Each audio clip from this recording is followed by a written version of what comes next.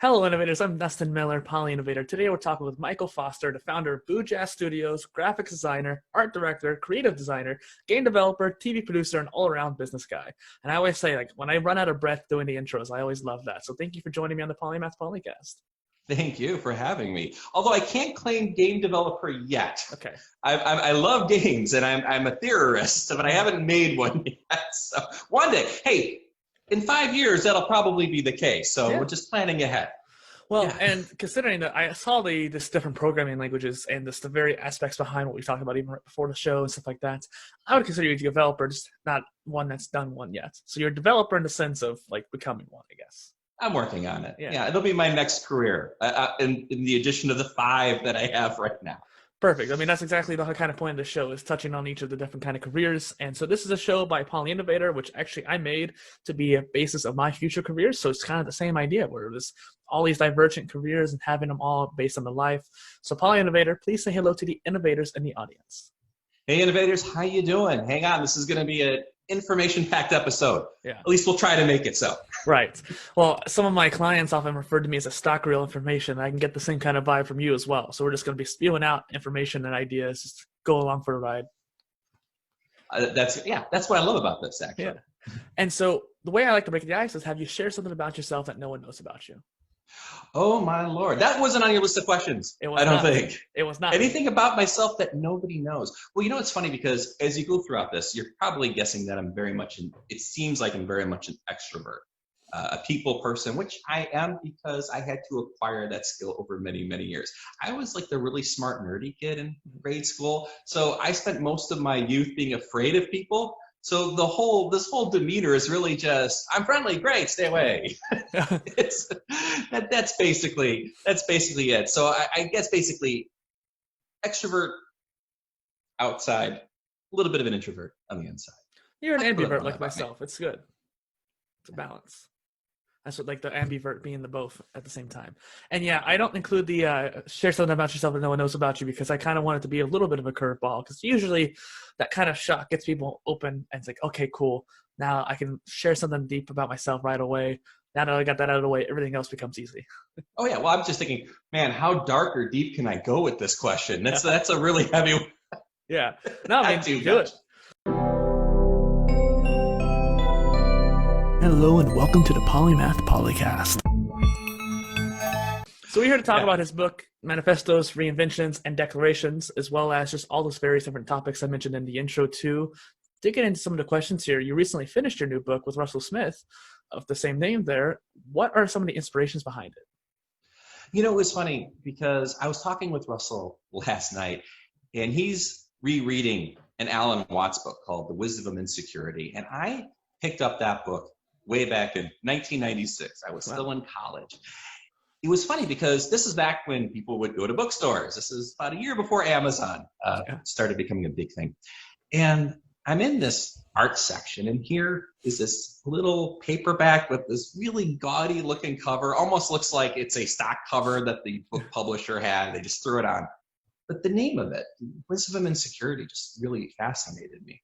So bought it and read it and absolutely loved it. And so I was very lucky. I stumbled upon this wonderful, wonderful author and thinker at a young age. But I loved how that made me feel, because you pick up something, it's kind of a surprise, and then it changes the way you think, and you're a better person for it. So when Russell and I wrote all these different articles for the Huffington Post and Psychology Today back in the early 10s, we had been kicking the idea around for years. We should really just combine all of this into one work, a book, and then put it out there.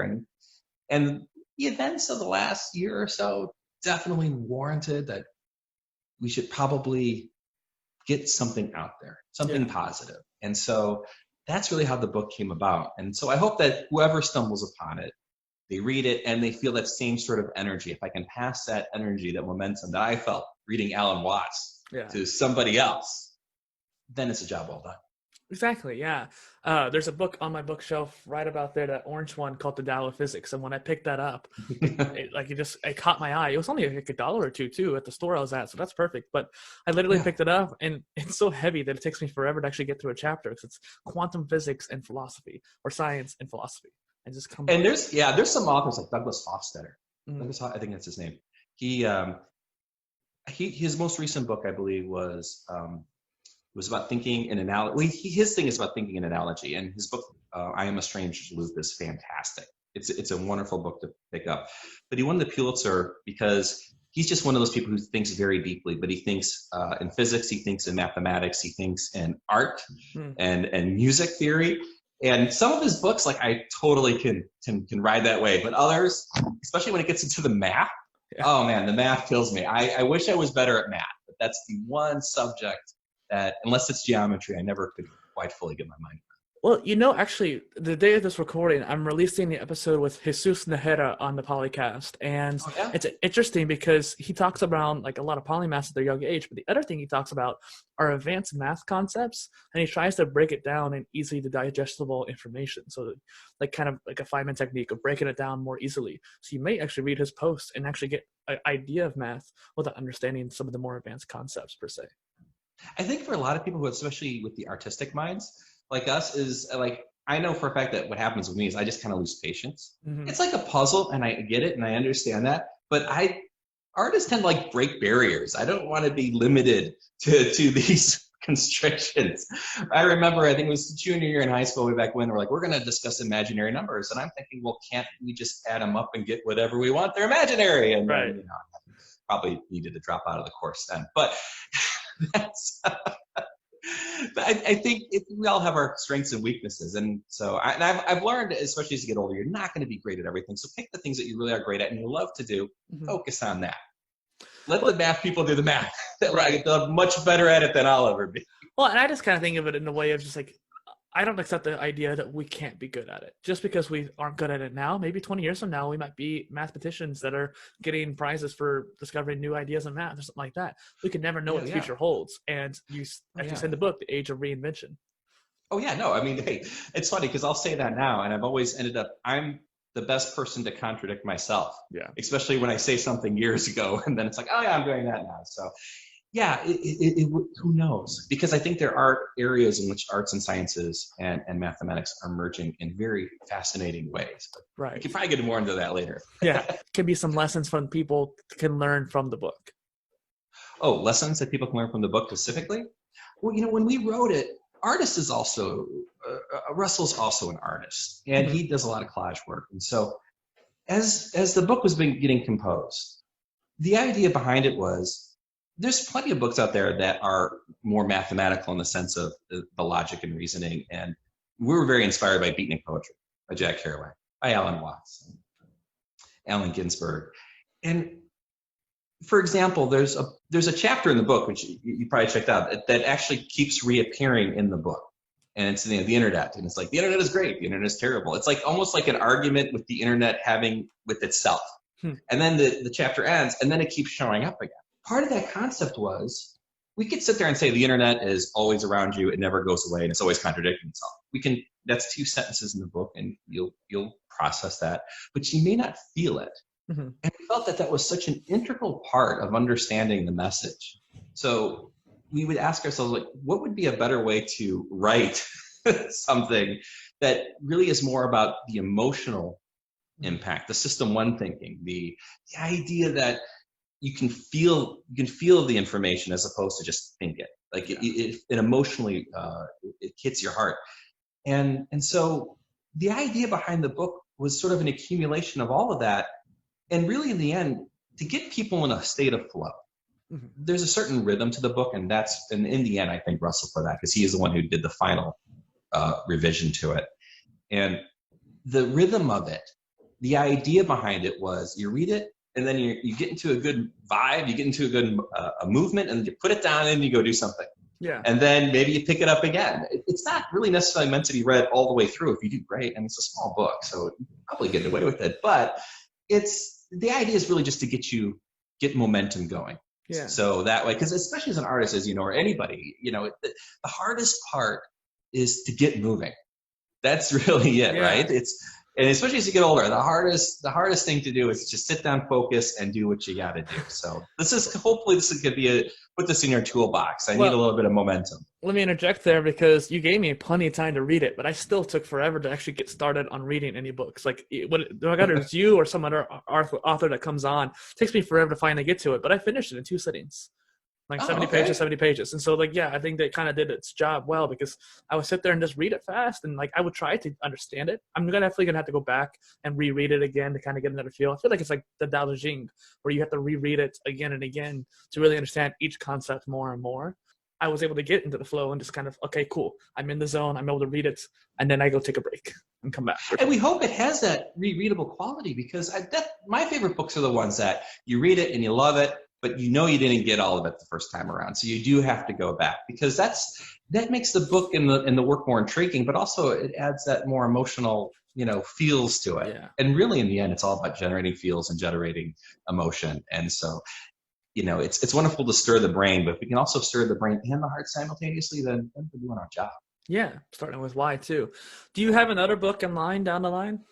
Oh no, I mean, I don't know if it's funny, because a lot of times I do a project and then that's like the project, and then I go on to something else completely different. So Russell and I have kicked it around a little bit, but it really just depends. We want to see how well this book does. We want to see if there's an audience for it. Truth be told, right now, a lot of people are having difficulty because the 2020s are going to be a very, very chaotic decade. Yeah. It's not just 2020. People keep saying, oh, I can't wait till 2020 is over. Add an S to that. It's 2020s. This is going to go on for a while. And this was predicted a long time ago by a lot of geo guys in wonderful people, men and women way smarter than I'll ever be, who sit there and they process data, they process geopolitics and stuff. And everybody said that the way it's looking, the 2020s are difficult. So until we kind of know how this decade's going to shape up, it's hard to devote yourself into a long-term project. Yeah. Because we even had that when we were writing this book, because we would write something and then we were adding stuff, and this is like March or April, but then the world changed. It was like changing every 2 weeks. So then we had to rewrite what we just wrote. And then finally we had to get to the point, it was like June, late June. We just stop it here. This is it. We have to just let it go from there. Yeah. But so we'll see if the world needs it, that wants it. But I have plenty of projects coming up. So I figured as much. That's why I thought I might ask. Yeah.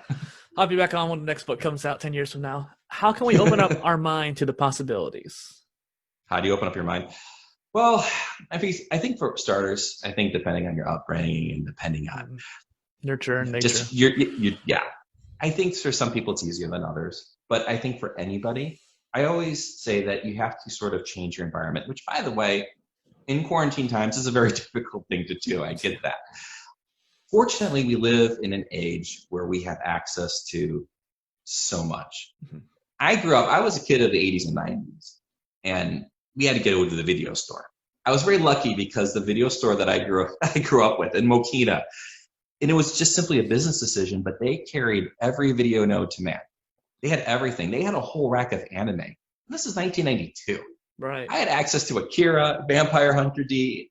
It was incredible. Yeah. A whole selection of foreign films that for so many people, I think we take it for granted, because now with the click of a button, we can have access to it. Yeah. It used to be a lot harder to obtain information, to obtain art. Mm-hmm. So if you can't physically get out of your space and pursue something that you find interesting, or you're stuck, start going through, don't just sit there on Netflix. Yeah. Pick up a Criterion Collection, pick up do something new. One of these Pandora, pick up something different.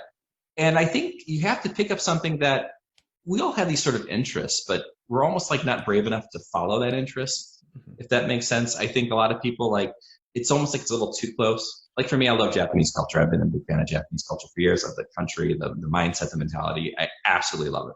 Yeah. And over the last 5 years, I've always pursued it, but I sort of said, you know what, this is something I really enjoy. It's time for me to really go head first into it, and to have that confidence to be like, that's cool. That's okay. That's all right. it's hard for people, I think, because when you really follow a passion or something you truly love, it's almost like you're opening up that part of yourself to the world. Yeah. So I think a lot of times they keep those passions closed. They keep them too close to the chest, and then before you know it, it's too late. You can start to follow it, but it's harder. Yeah. There's always that person who's 80 years old that takes up like skydiving, but but it's harder. That's the thing. It's not like everybody at 80 goes skydiving. Well, you were mentioning before the show too, metabolism slows down and stuff like that. And you mentioned too moments ago that in the pandemic, everyone started getting kind of stagnant. They're like, okay, just watching Netflix and being complacent in a way. And even my work is physical, and so I had my workouts based around that. My systems and my habits were based around that. As soon as I stopped working out, which in turn affected my energy and motivation. And for a couple of weeks there, it didn't work out, and so I wasn't very productive either. And it took me a couple of weeks to kind of turn that back around, which I think was much quicker than most people. But even I still had to build it up over time. And me and my roommate started doing walks just to get out of the house so we can do something and get moving. Yeah, no, it's the thing with when getting back into like the whole idea of momentum, right? Oh, yeah. You have to allow yourself bad days. You have to allow yourself wasted hours. Especially in this day and age, we always feel like you can't waste a minute. We're hyper connected. Our phones are always on. We're always connected to the world. And there's this pressure, I think, to always be productive, always be thinking, always be doing. And that's just not possible. But more importantly, your best ideas, your best concepts usually don't happen when you're always in this mad, frenetic rush to doing something. It's usually when you have space. You have this moment where you're just sitting there for 10 minutes and your phone battery died, or you're in the shower. They always say you're in the shower or the bathtub. That's when all your best ideas come. Because now you have this moment, this time, this space to just think. So first thing is you just got to allow yourself these bad days. If you have more good days than bad days, you have a brilliant life. That's the thing. But I think people punish themselves. They have like one bad day and it completely derails them for weeks. Well, those Oh, sorry. What? Go ahead. No, you go ahead. Those creative moments, those in the shower or on the walk or kind of silent moments are when you get into the Alphawave state in the brain. And that's the point of just almost like you're falling asleep in a way. It's getting close to that sleep state. And that's why you're able to be more creative. But you have to relax. You have to stop doing things to actually get into that point. Right. And the second thing is allow yourself patience. Because when you're doing the searches for new content, new ideas, new music, you're going to run across a lot of stuff you don't like. And you don't want to always rely on the algorithms. And that's something we can talk about later too. The algorithms get a lot of things right and a lot of things wrong. Yeah. That's just because the web is wonderful at content, but terrible at context. Yeah. Context is going to be the key to the future of the web. That being said, you have to allow yourself the time to say, I'm going to search, I'm going to look, I'm going to follow my pursuit. For me, that's easy because I don't have kids. My wife and I, we've been married 18 years. We have 2 dogs. They keep us up at night sometimes, but we don't have children, so we do have more free time and space. So I never want to come across arrogant or just pretentious in that sense. So I get that a lot of people don't have that capacity, but try to have it, even if it's just 10 minutes a day, to follow your bliss, follow a pursuit, to allow yourself to explore something new. And if you don't know, one of the great things about the internet, when it wasn't this tool for political mayhem, is the idea of just asking people you like, hey, what are you listening to? What movie do you like? Yeah. And but you just have to get into that pattern of asking, to try to allow inspiration to enter your life. That's interesting too. And considering inspiration, you started professionally creating artistic work when you were about 15. So what sort of things brought that creative side out for you? Well, you know what? I was a nerd, and this was pre-Weezer era. So nerds weren't cool. They weren't billionaires. I'm not a billionaire regardless, but I was the kid with the glasses, with the huge glasses, the Harry Carey, if you're Chicagoan, you know who Harry Carey is, had the big glasses, and I was really scrawny. And I remember they tried to promote me because I was hyper intelligent. I was in kindergarten. They said, let's put him in 3rd grade. And my dad's like, let's just start with 1st and see how he does. Needless to say, being the smartest kid in class and being scrawny with big giant glasses, I definitely wasn't the most popular. Yeah. So I had to find creative outlets, other ways. I wasn't hanging out with the kids. I'm terrible at sports. So what can I do? And my parents would always say, they just put paper in front of me and I would just start, drawing and doodling or whatnot. And I think it was second grade when I won one of 2 art contests I won in my life. And I remember I drew this city. The theme was paint your dreams. That was paint your dreams.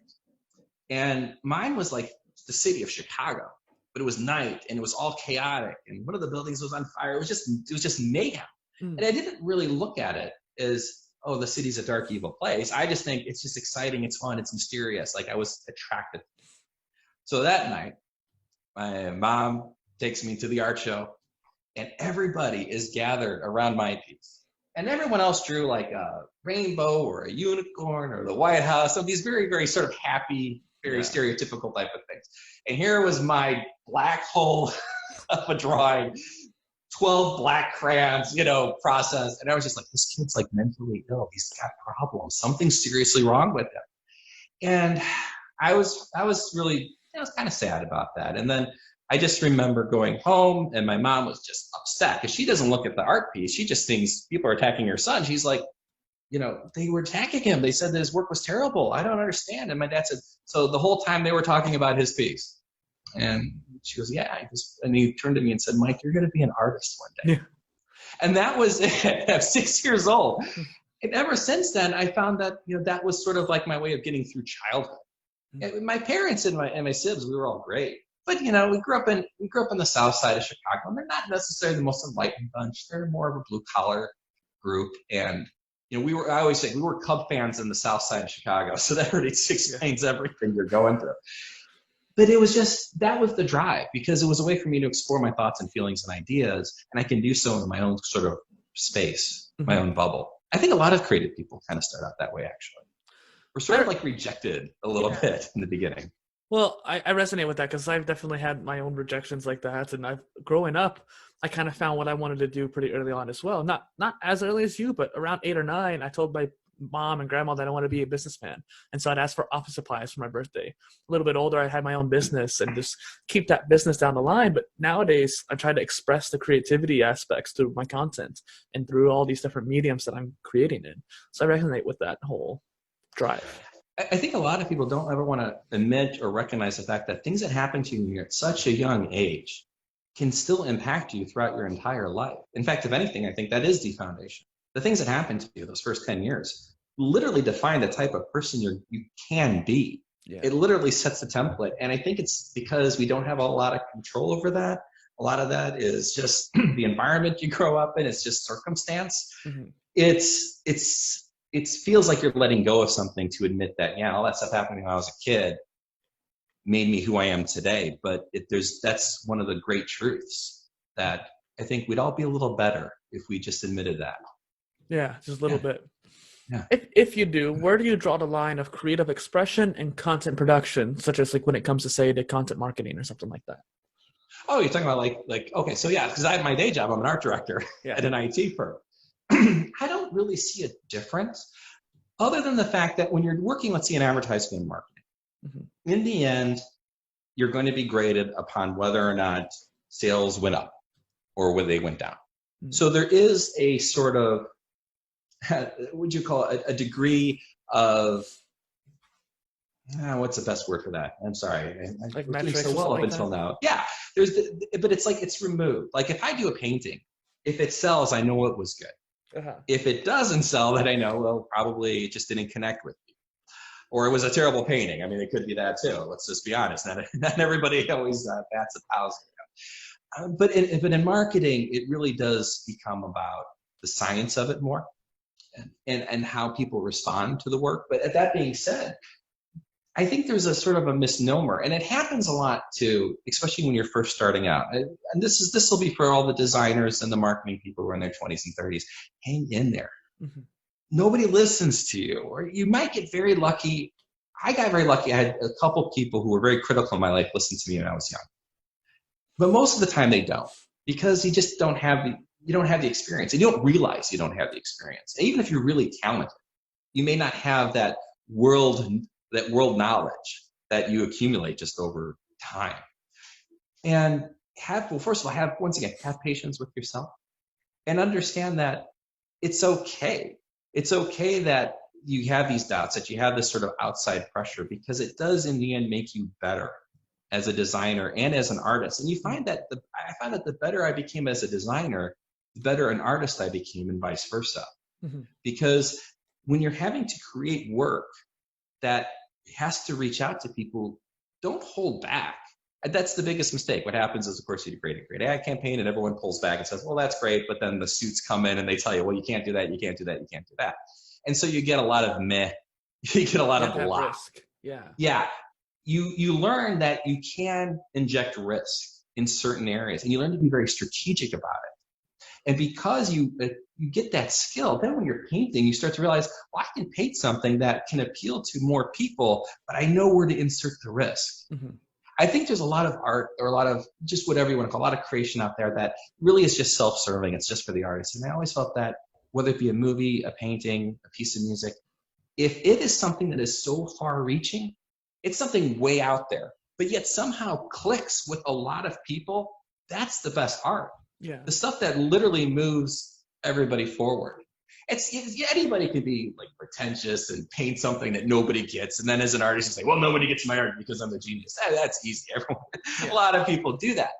But to paint something that's really far out there, but everybody gets it, that's true success. And so working in both art and marketing and all that kind of stuff, you start to realize that they're kind of two sides of the same coin, in a sense. And heck, Michelangelo painting the Sistine Chapel was just propaganda for the church, like, okay, got to get people in here. People feel something. Exactly. Yeah, exactly. Well, and it seems like we both are very interested in art, especially digital art. I actually started doing pixel art when I was a young age, and so digital art. Thank you. It's been a big part of my life, and you've been working on a new series of digital artworks as well. So, what do those entail? Oh, well, it's funny because as you know, I've been painting for many years. I didn't think I painted anything good until I was 25, but I had been drawing since I was 15. Yeah. And that was professionally. I always say 15 because that was the first time I had a professional gig. It was a chain of restaurants in Texas. I was doing their children's menus because I had this long-running comic strip about an alien that runs a coffee shop that I'd worked on and off for 30 years. And I had done a lot of just paintings. I'd done this stuff for a lot of years. And everybody kept nudging me, well, you should go digital. Like, you're really good at digital. And so partially being really inspired by the artist who did the work for Persona 5, and I know his name, but I know I'm going to completely butcher it, so I'll send it to you later. He's a phenomenal artist. And he worked all digitally, and I said, well, if he can do it, this kind of level of work, Once again, just because I'm 42 doesn't mean I'm not open to new ideas or new ways of doing things. Also, too, just logistics. Paintings are very heavy and big, and they take a lot of space. Yeah. And I have a lot of work, and I felt, well, I could just keep producing then and not have to worry about where I'm going to store it. Yeah. That was there was a certain practical sense to it. So it was like, yeah, it's time to move into digital. It was time to do it.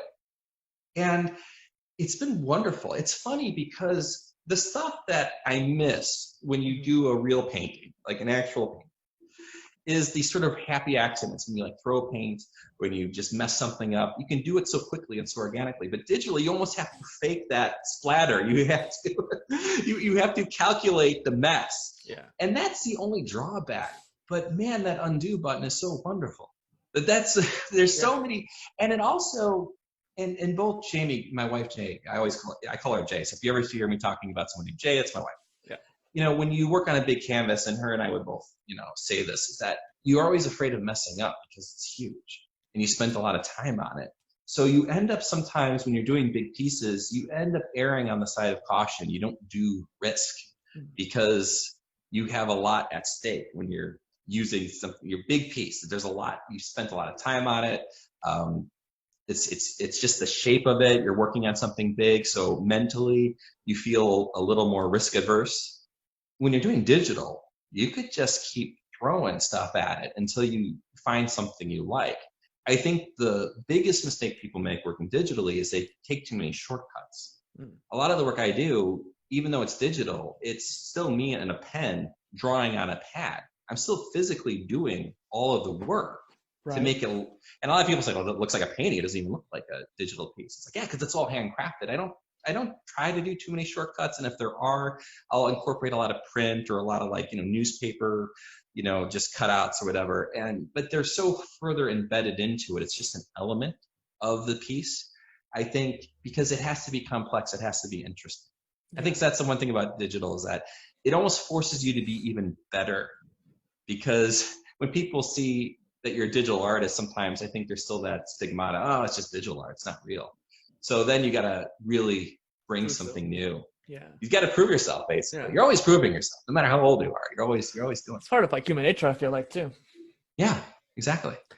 Well, speaking of digital, one of your previous digital TV works, from what I gathered, is actually garnered the attention of DreamWorks, one of my favorite studios, actually. Yeah. So what was the work, and why did it appeal to them? What's funny? That all happened very serendipitously. And this is way back in the 90s. So before YouTube, before all the internet, I did a lot of stuff with St. Mary's. Shout out to my St. Mary's classmates in grade school.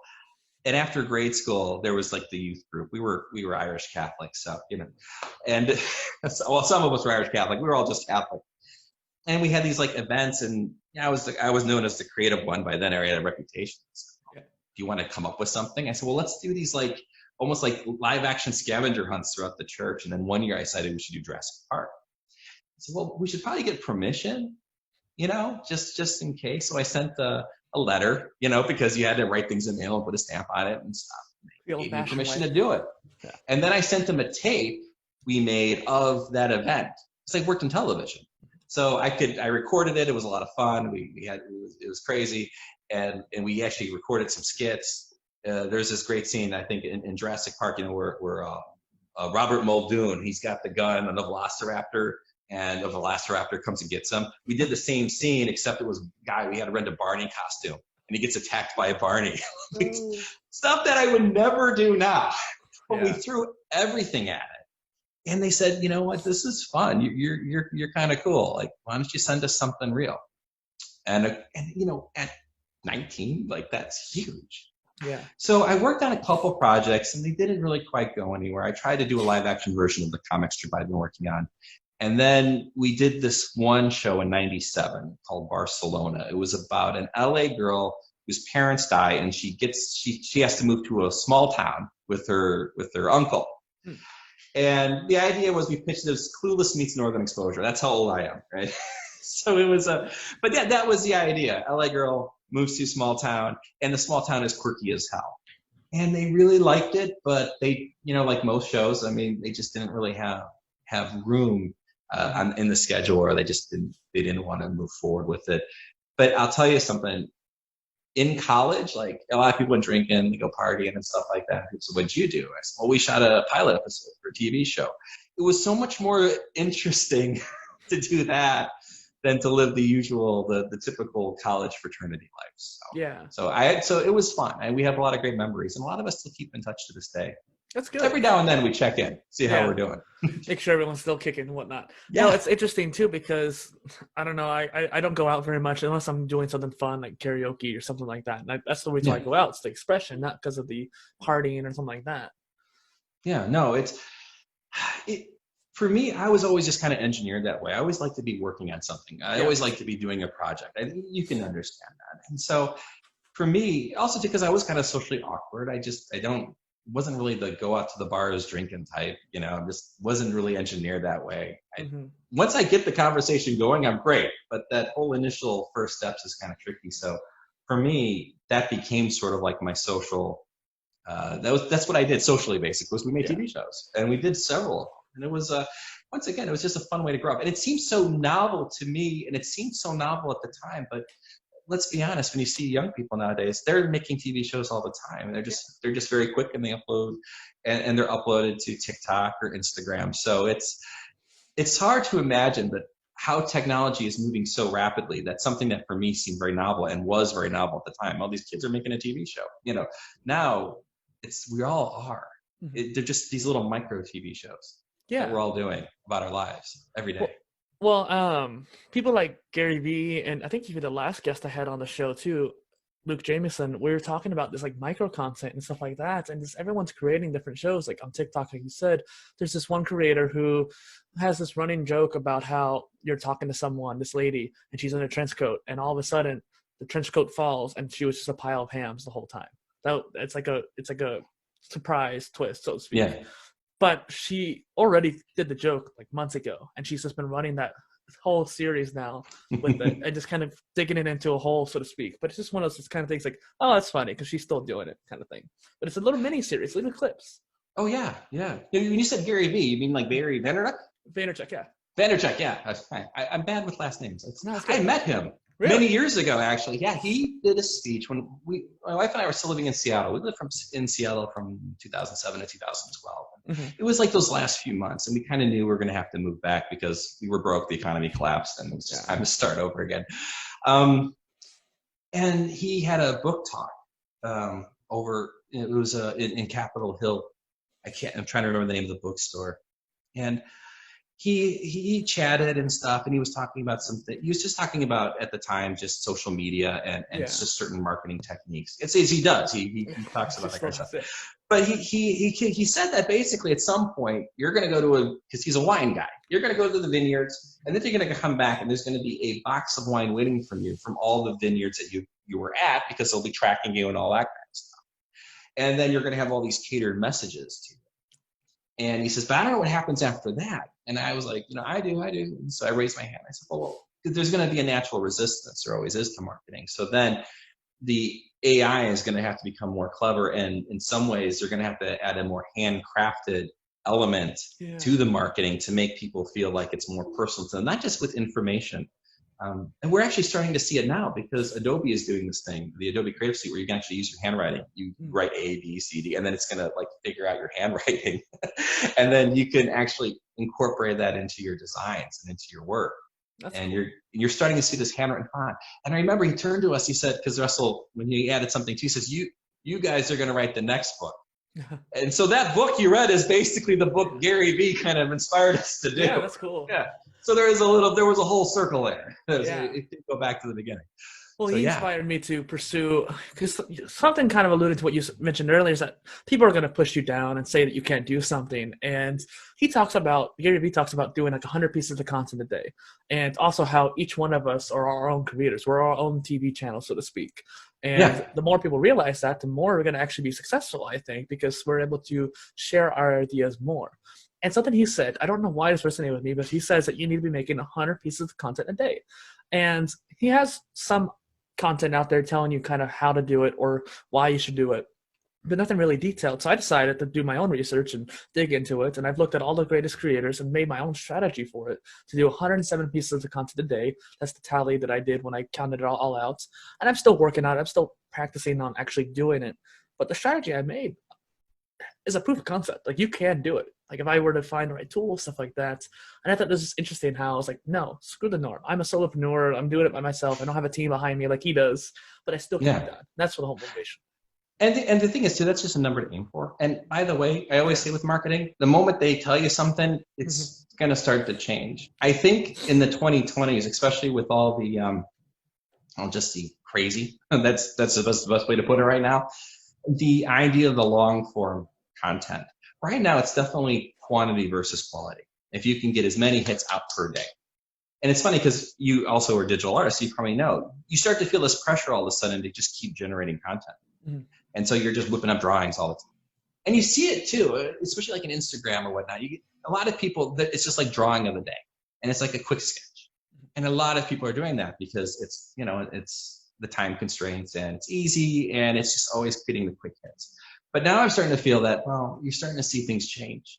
I think it's going to be more important to have quality versus quantity. Yeah. And the idea is that if you have these, this content of quality, you can have 5 or 6 little bits that are strung from that, that you can turn into, that kind of point towards that work of quality.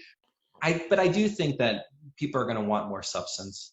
And I'm actually going to be talking about this in another podcast. I think we're on the verge of a whole inmates running the asylum situation in terms of culture. It happened in the late 60s. It happened. I grew up in the early 90s. So when I was a freshman in high school, it was MC Hammer versus Vanilla Ice and who could have the baggier pants, right? That was it. And they would like knock each other over with these baggy pants. Like it was ridiculous. By the time I graduated, it was long hair, grunge music, coffee shops, flannel shirts. It literally felt like a different planet. Yeah. And I would tell that, I said, man, it feels like a different planet. And he'd say, let me tell you, I grew up in the late 60s, and it was even a bigger shift where you went from, clean cut kids like the Beach Boys, whatever, to, well, look at the Beatles. You went from the Mop Tops to Sgt. Pepper. It was like the whole world changed that radically. So I think we're on the cusp of that again now. You are right. Quality is more important. And I've seen some creators talk about you get quality from doing quantity. Like once you make 100 pieces of content, generally speaking, your quality is going to improve from practice. The same thing goes for artistic works and stuff like that. But I do think that, content repurposing, as you alluded to there, is really important. Taking a piece of content and taking the beautiful chunks out of that and breaking it down to like a clip on social media or something like that. And just being able to share the quality from an inherently good piece. Don't rush it out, so to speak. Exactly. Yeah, no, you have to allow yourself the time because, and especially nowadays, there's always that pressure to always be producing, always be doing something. Once again, allow yourself that time to make something what you want it to be. If you get it out 3 days later on Instagram, no one's going to notice. They'll just be happy to see it. And also, too, there's a certain sense of longevity of the piece, too. The quick sketches are great, and people do them, and they're wonderful, but I've forgotten about them the next day. A particular piece of art that someone spent a lot of time on, that can stay with you for years. So it's sort of like the difference between like high risk stocks versus low risk stocks. It's low risk to just always be popping out stuff. It's higher risk to put out something of substance because you spend more time and effort doing it. But the rewards, if this piece really connects with people, are much higher than if you're just always kind of like popping stuff out every day. Right. So yeah, it's a good point there. And kind of going on to the next question here, what inspired you to found Boojazz Studios? That was funny. That was a combination of my wife and our nicknames. I just graduated from college, and we knew each other in high school, my wife, Jamie, and I, and we didn't date each other. We dated each other's friends, and we kind of hovered around each other for 9 years. And then finally, like, well, I should date you. We just keep bumping into each other, and you seem cool. And so we did. And in the process, we said, well, let's just start a company, because that's what you always do when you're dating, is you start a company, right? Yeah. It's ridiculous. Well, we're both artists, and we wanted to have a web presence. And this was like 99, 2000. So this was still, all the Wild West. Yeah. And I said, well, we can call it the Art of Michael Foster and Jamie McDonough, but that's a very long name. We need to have a cool, quick sort of like name. And I had the nickname Boo Boo because I'm accident prone. Her nickname was Jasmine because that was from her old Valley's Fitness days, and we just shortened it and came up with Boojazz. And the idea is just to have a place on the website that we can show our art, but also too, because we both knew that we're going to have these individual artistic pursuits, it could be a place on the web where people can find that. And we called it studios and not paintings art because we always kind of knew that we might go from one thing to another. So we wanted to be sort of this all-encompassing idea that our artistic pursuits would always be on this website. And now it's like she has her own website. We've actually finally split off the websites because, well, partially it was just getting to be too much. Yeah. We both have like 20 years of work. Yeah, I saw your site. There's a lot of stuff there. Yeah, so I have Boojazz. I basically took most of that, and her site, JamieFoster.com, JAIMEFoster.com, that's hers. That's where people can find us. But really, in the end, it was just a place for us to have our creative pursuits broadcast to the world, and it still is. That's cool. It also comes in really handy too, because we do a lot of side stuff. So you really have, being an LLC really helps when you have a lot of side work. Yeah, I have my main job, and then I do all these, like, I write books and I do all this other stuff, self-aiding. So, having an actual business license for that just makes things a lot easier. The practical side to it as well. So from all of the various creative endeavors that you've done and pursued, you certainly what would be called a creative polymath. And so how do you manage to balance your time and effort between all these different areas of interests? Badly. No.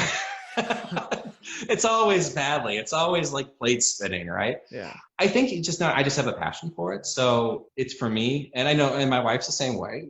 Well, first of all, and why I mention her is because she inspires me to keep moving and vice versa. You have somebody who's also an artist who's kind of kooky, and so you understand each other's sensibilities. You just have to do this. You know, if you're married to somebody who doesn't understand that, they may not get why you're always having to work on something that's not necessarily making a ton of money, but it's fun, you know. So I have that.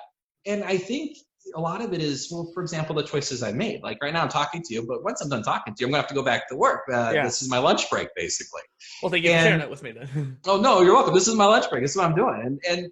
But I picked jobs that, I could probably make like a killer salary in the city doing something, but then I wouldn't have, the free time to do what I love to do.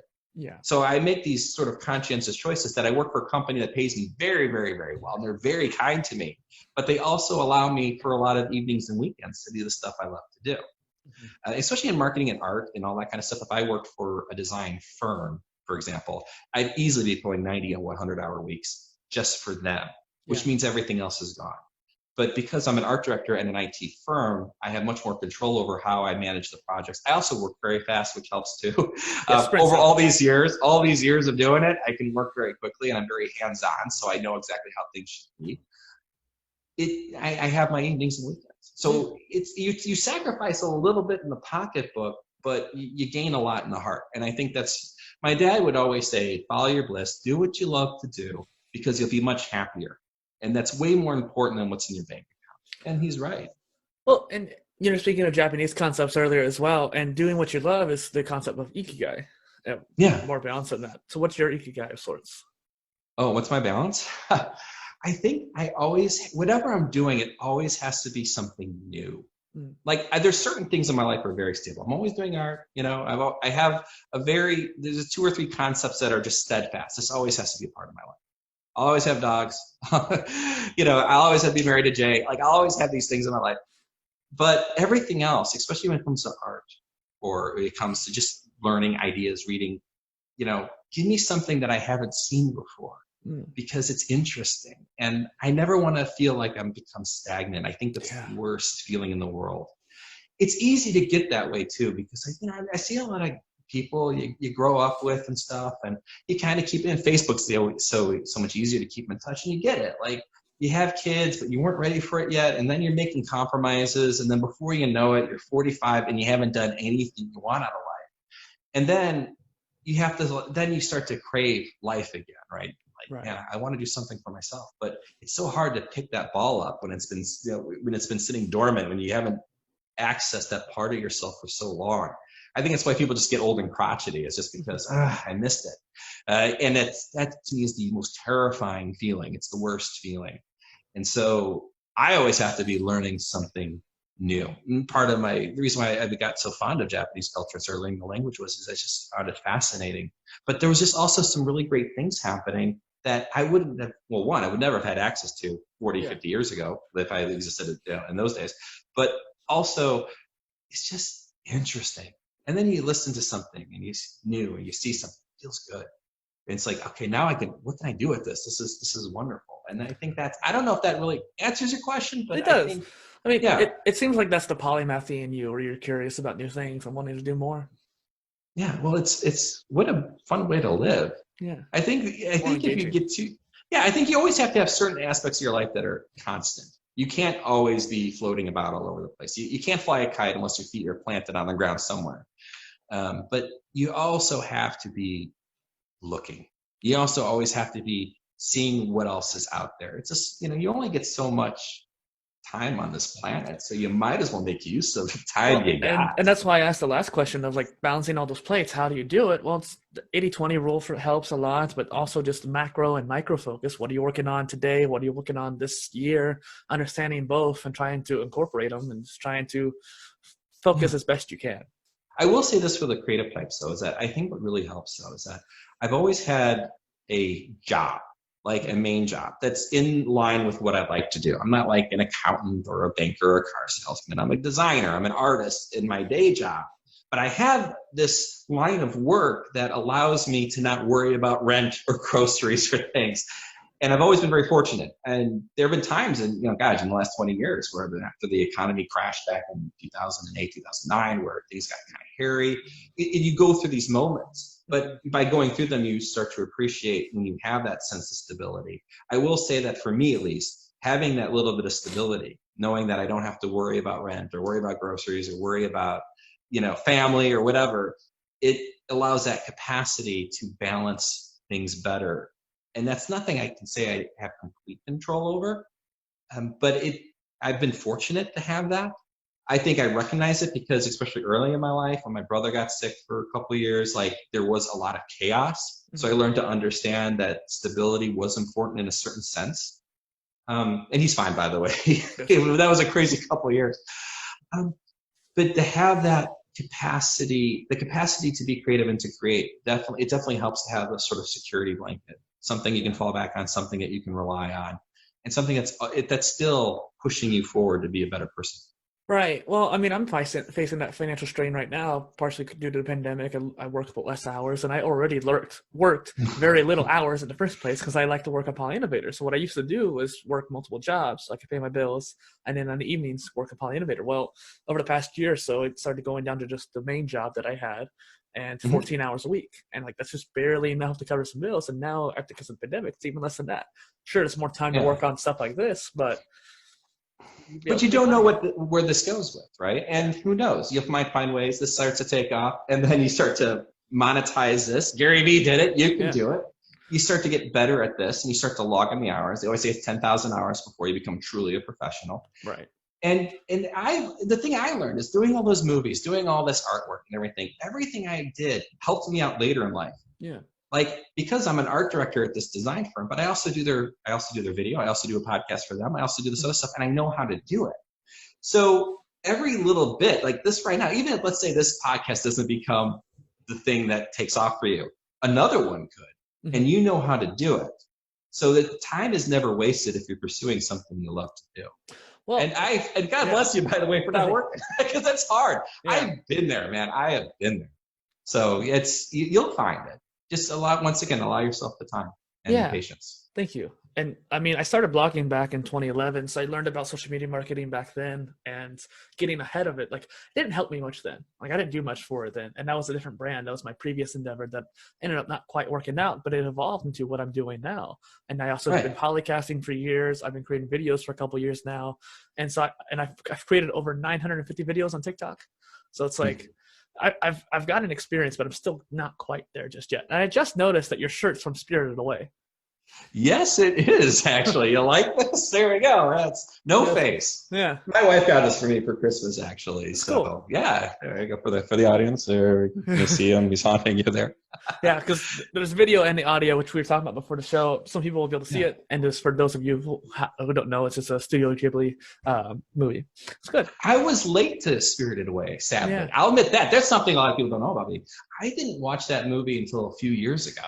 It was just something that I always wanted to watch. I needed to get to, but it just kind of, sometimes circumstances. Well, plus two, because it was never streaming. You had to go out and get it. Yeah. So basically, one day I just said, forget it. I'm just going to go buy a Blu-ray.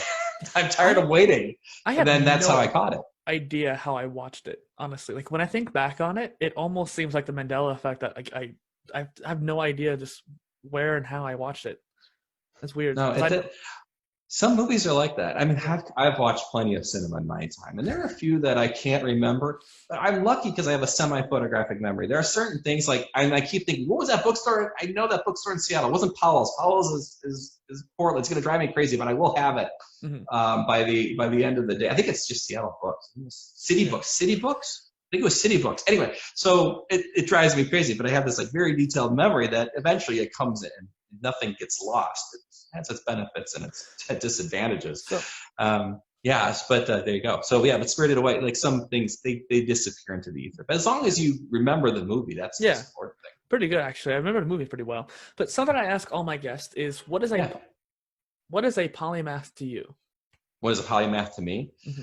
I mean, like anything, it's kind of like it can mean a lot of things, right? Yeah. No, I think to me in the end, it's interesting because when we look at a polymath, you always look at this is a person that does several different things. But in the end, those things are connected in a way. Everything I do is art in some sense. Now, whether it's art that gets channeled into a marketing, into a brand, whether it's a painting, which, by the way, these are my wife's paintings. For those who have visuals, those are hers in the background. They're fabulous. I always get, oh my God, these are so good. I got to get better at what I do. We wanted the background to be interesting.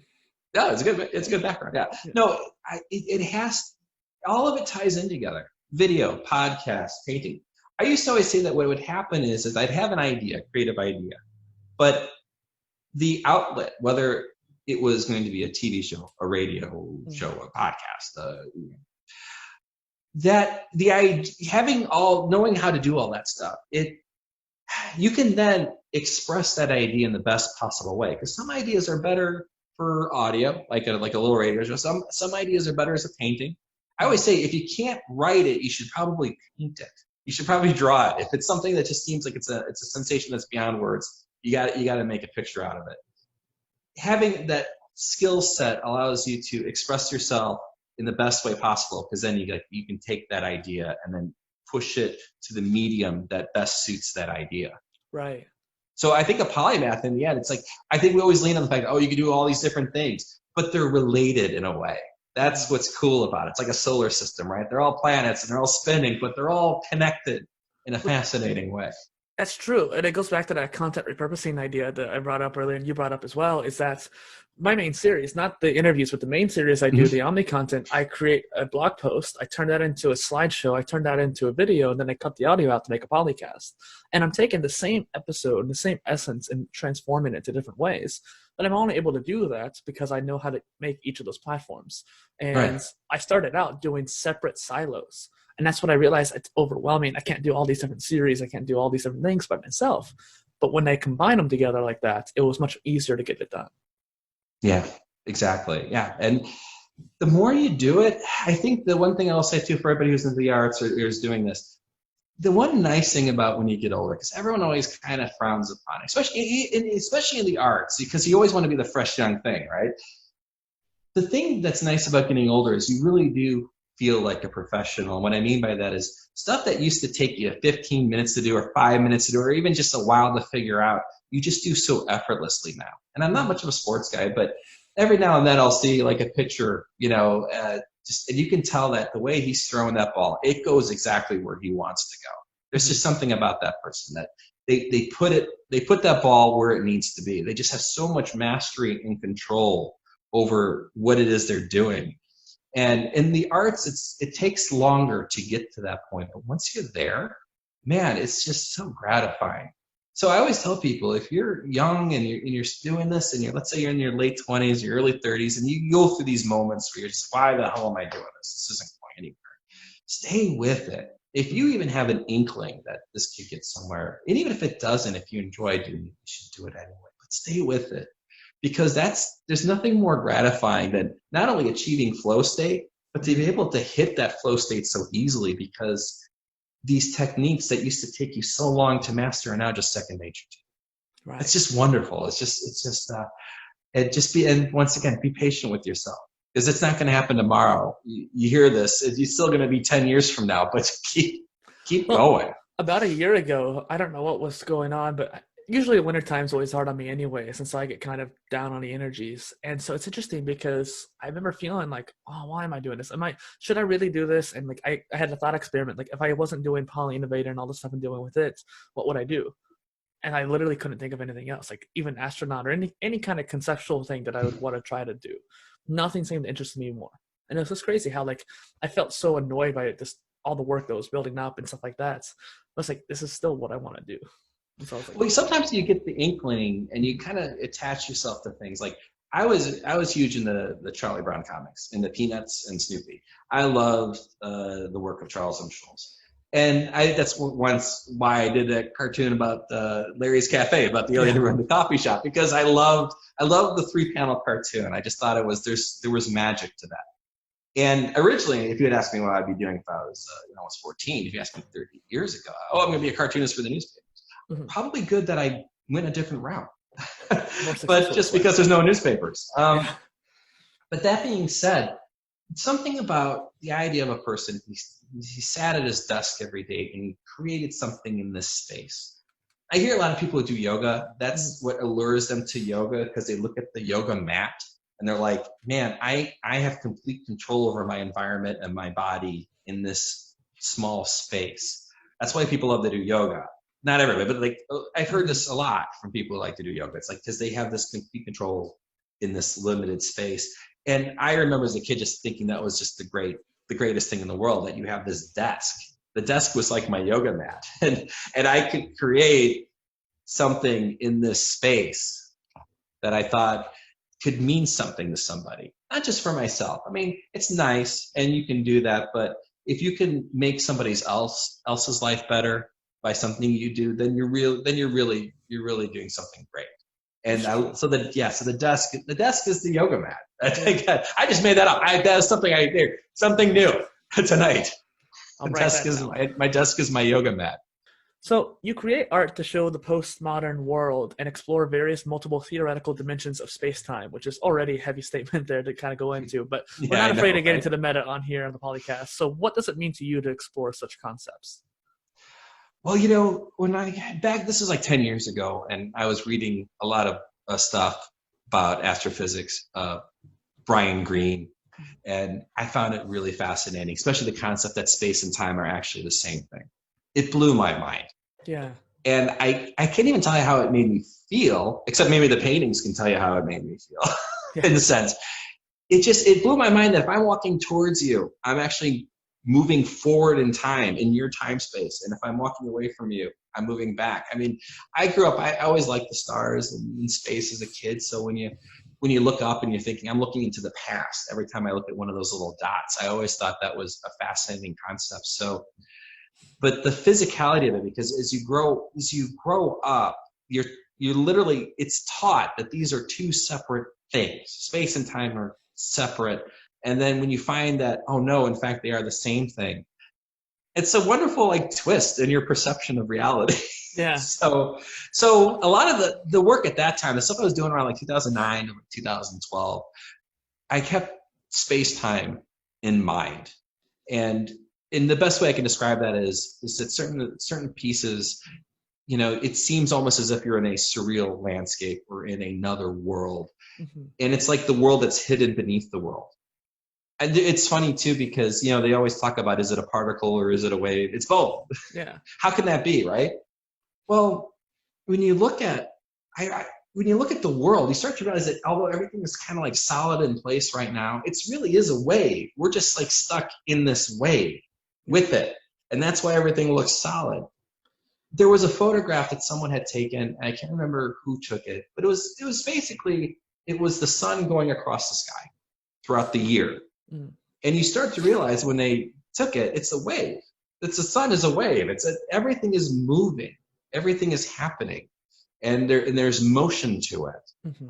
And once again, especially in Western society, I think we're taught that everything is there's a point. This is this is that. Here we are. Everything is solid. Yeah. And to be introduced to this concept that everything is flowing is wonderful, actually. It helps release a lot of tension. And believe me, I'm still a tense person, but I was a lot more tense even back in the day, because that things can change and things evolve. And that it helps you get out of your mindset. If you feel really stuck, to know that even right now that I'm feeling really stuck, just give myself a little bit of time. I won't feel stuck forever. You never feel stuck forever. When you're younger, everything has such permanence, right? I will never love again. I will never have a good job. Everything is always binary. In the old definition of binary, it's yes or no. It's it's one or the other. And you start to realize as you get older, no, that's not the case. Everything is flowing.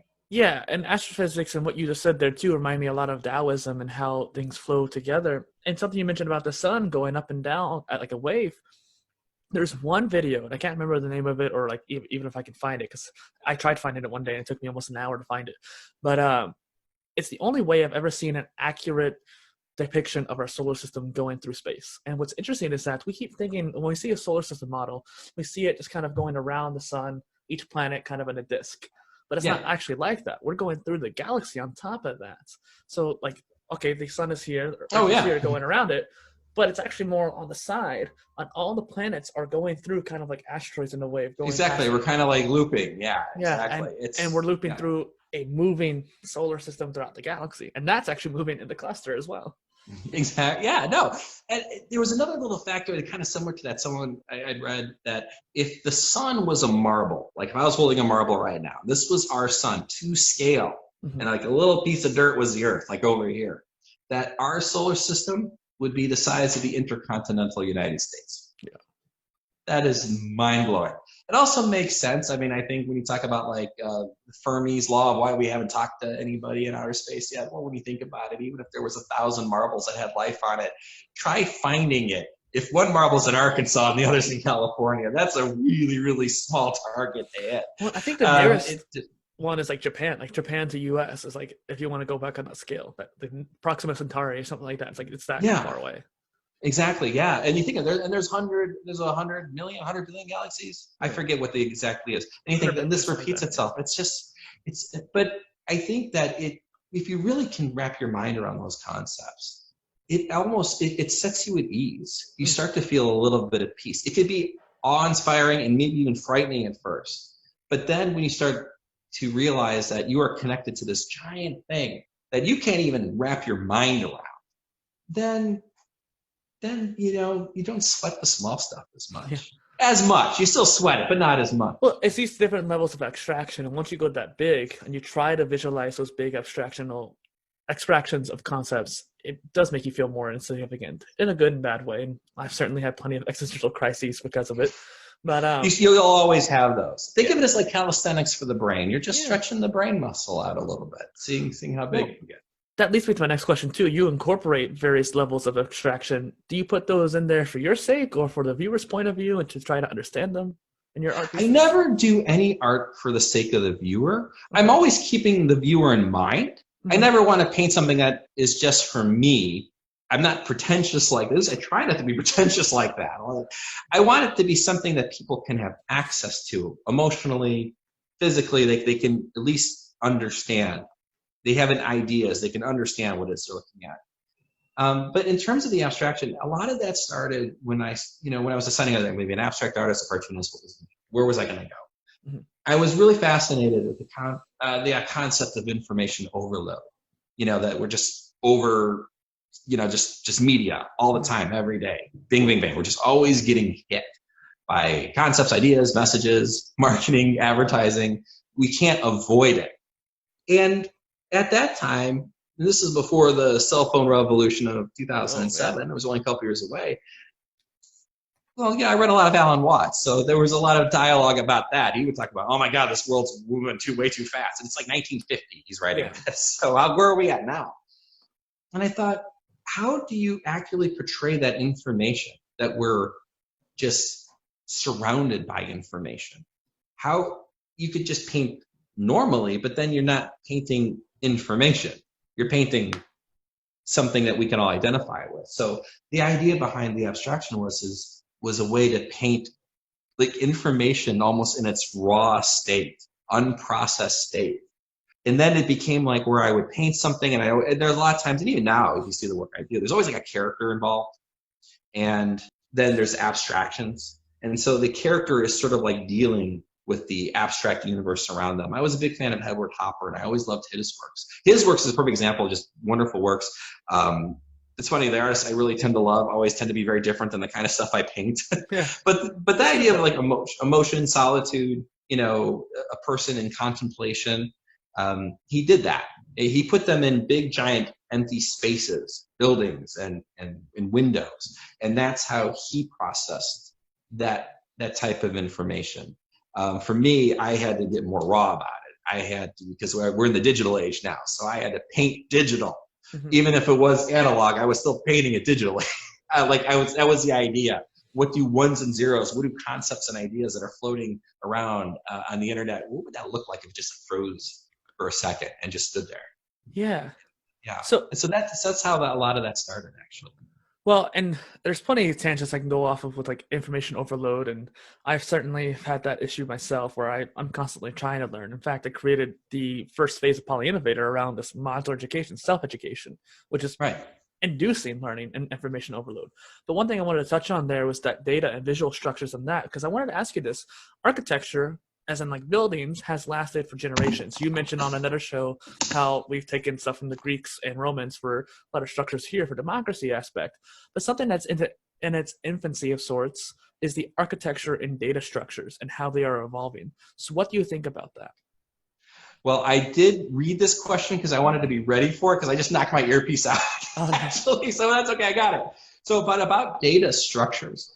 The funny thing is, I remember when Watson competed on Jeopardy, and this was a few years ago now. And it was funny because he beat the contestants. Yeah. But he was famous because he got some things, as my dogs would agree, they're barking in the background. He got some things very, very wrong because he didn't understand the context of it. Yeah. And I think that the accumulation of data that is happening right now, and the idea of predictive analytics and what we're creating, I mean, it's fascinating. It's frightening, but it's also fascinating. It's going to allow us to do things that we never thought possible. Right. I think, of course, the biggest dilemma of the 21st century is going to be is how much personal liberty do we want to give up in order to have this wonderful AI system that's going to help us detect if we have cancer, like that kind of a thing. That's going to be the main moral dilemma that we're going to have to overcome. But even with all of that, the hardest part is going to be if data structure can understand context of situation. If you ever seen like translations from Japanese to English and back and forth, I mean, they get it wrong. I mean, it's okay. There's a whole YouTube channel about it, even. Exactly. So it's getting there. But I think we always have to have a human being to kind of interpret that data. And maybe it might get to be smart enough to understand context, but context is difficult because it's such a human thing. It's such an experiential thing. Yeah. And so it'll be really interesting to see if they can program experience into an AI system. You can do fractals. You can do interesting things where you can have stuff play off of each other and have like artificial intelligence, artificial learning. Mm-hmm. But whether or not, like I said, like the thing about the Jeopardy contestants is that in the end, the other two, well, they didn't go out and celebrate and have a beer because they lost. But Watson certainly wasn't going to celebrate. Yeah. Watson maybe wasn't even aware that it won. Yeah. So one day maybe it will, but I don't know. It seems to me that you have to have a physical body. You have to have this sort of slow gestation process to understand the world around you in order to gain that level of context. Mm-hmm. So it'll be really interesting to see if you can program that into a machine. The long answer of that, basically. It's good.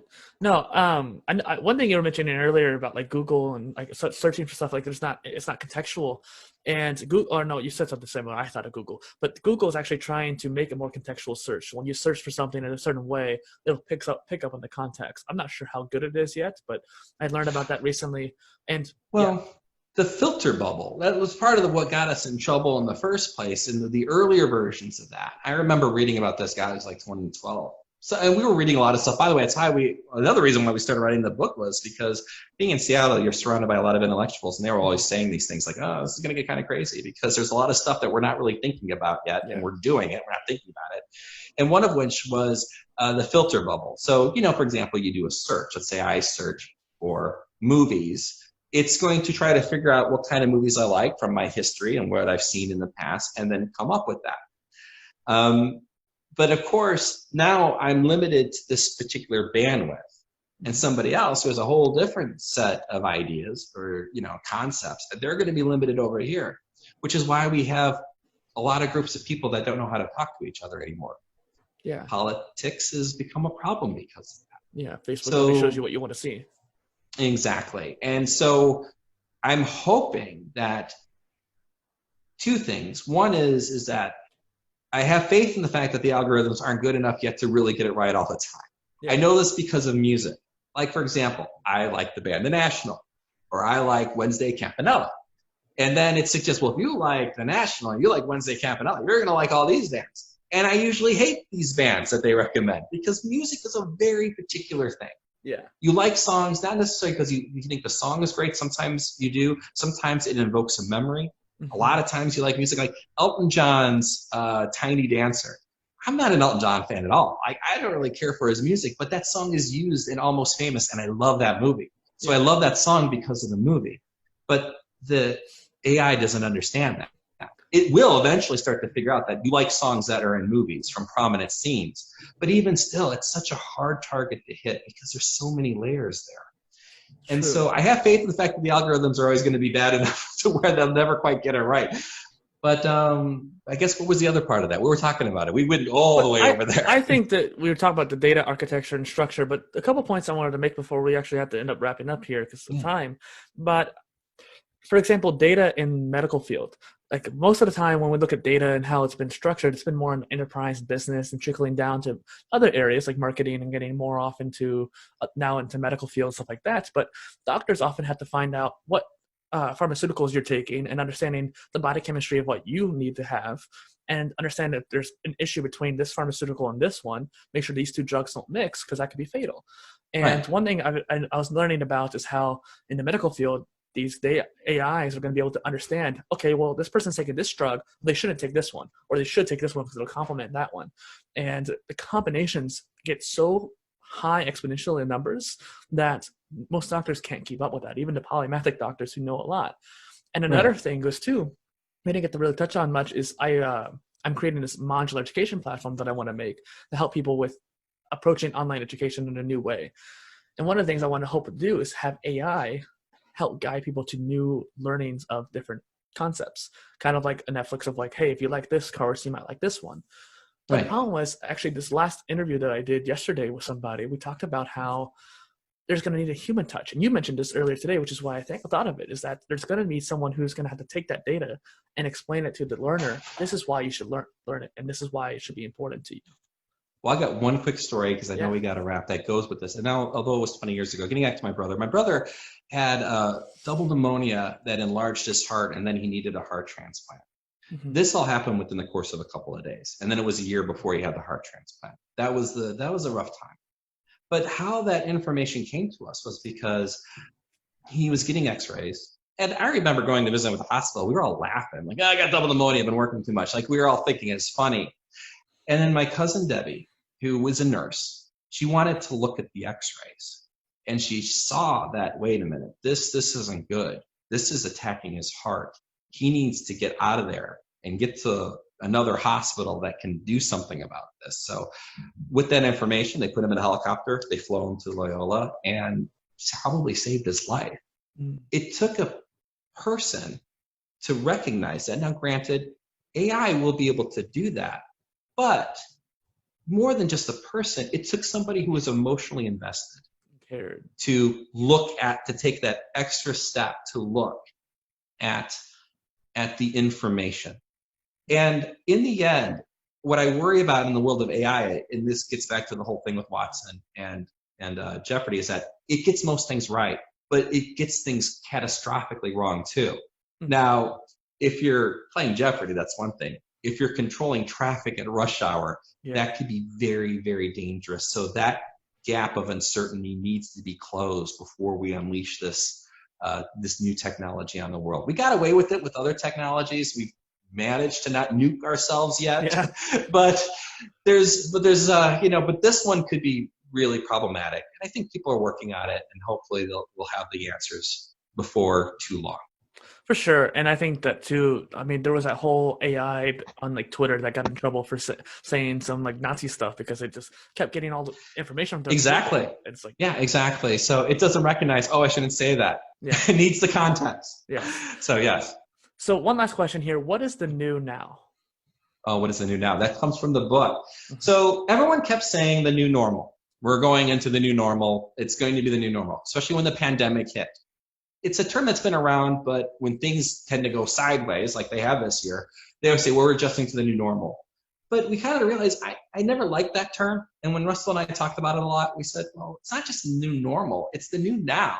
Mm-hmm. Because you never want to just go to something normal. You never want to fall back to normal, because that's how bad things happen. There are a lot of things happen today, like behavior issues with certain people like that would not have been accepted years ago. I'm talking about people of high stature.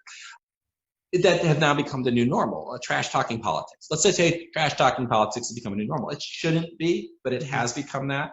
So instead of saying new normal, especially since the situation is always in flux, we wanted to come up with a different term, new now, because this is where it is now. But we should decide whether or not it should become normal, but it's too soon to tell if it should. So it's something that felt more immediate, something that felt more intimate, something that felt as a call to action. And it seemed the more accurate way to portray what's happening now. All right. So he had to leave pretty early. We only had a short amount of time, but I still wanted to wrap this up in a proper way. It was fantastic talking to Michael, too, and it's interesting the advanced concepts we were able to go into. And we had more questions, too, so I'm hoping that he'll come back on. We'll be able to go even more meta the next time. And it's interesting, too, because we were able to talk about so many different aspects of life in creative polymathy.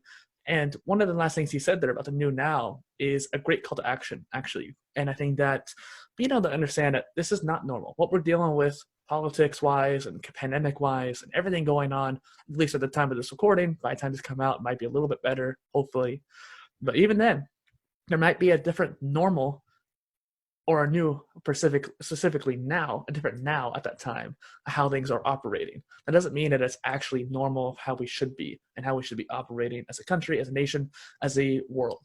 And so this, as a call to action, think about what could be the actual, what is the now, what is happening right now, and understanding that and why it's different than what is normal. And then I always ask, where can people find a person online? Since he's not here, I'll just say it. Boojazz.com is his website. Cool website. And one thing I really found fascinating is that he had a lot of different art pieces and comics and blog posts, and took quite a bit like what I do for my site and had a lot of different kinds of content there. And I thought that was really cool. So you should go check that out. I have his YouTube channel, the book, Amazon link, as well as various different socials in the description down below. You can go check them out. And yeah, once again, this is Dustin Miller, PolyInnovator, and this was Michael Foster on the Polymath PolyCast.